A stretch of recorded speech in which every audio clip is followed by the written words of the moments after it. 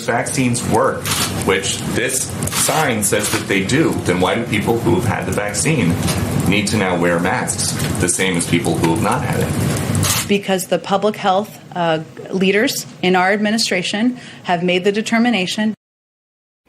Translation, because the government says so. We'll bring our panelists in to talk about that. Rich Valdez, host of This Is America podcast. Bob Barr, former Republican congressman from Georgia. And Isabel Brown, contributor for Turning Point USA. She is author of this book as well, Front Lines. Thank you all for coming on here. Rich, I'll start with you on this. What do you make of Jen Psaki's response?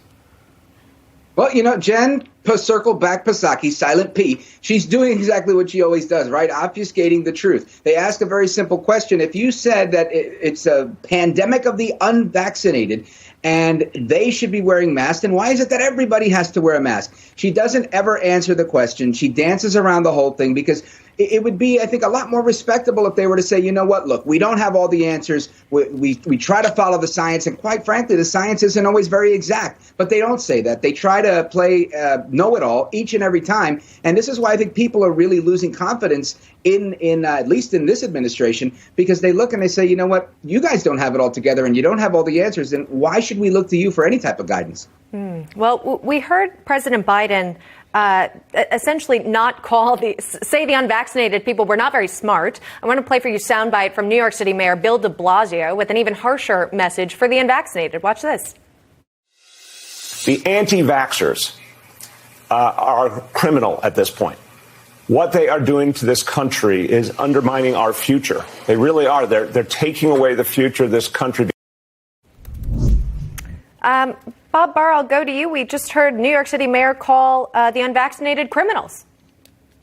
Their action's criminal, at least. Yeah, this is America's dumbest mayor making statements like that simply confirms that he is, in fact, the dumbest mayor in America. To say you are criminal because you don't do what the government says you should do in getting a vaccine that seems to work, but in many people's minds is still experimental, is just nonsensical.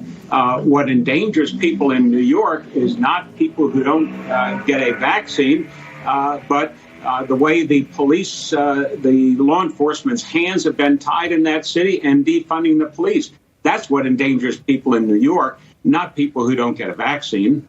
Isabel Brown, let's talk about the way this messaging is addressed, if we can, on the terms of the folks that have not yet been vaccinated versus those who have. There's this condescending rhetoric in the way they speak, and now they're being called, saying that they're not as smart as they think they were, according to President Biden. The nation's largest city, that mayor is saying that they are criminals at this point. But what they're not addressing are the actual reasons and concerns, and you wonder if they really want to reach them. I say this because there are medical exemptions to the vaccine. There are religious exemptions to the vaccine, whichever state that you're in. Also, it does not have FDA approval yet. While they want to argue that it's emergency use, there are people that are hesitant because of the approval. So if you want to get over that hump, push it with the FDA, but stop talking down to everyone. Those who have gotten vaccinated, there are other people that have legitimate concerns or reasons regarding this vaccine, and instead of muzzling them, they just need to be addressed and actually listen. Your thoughts?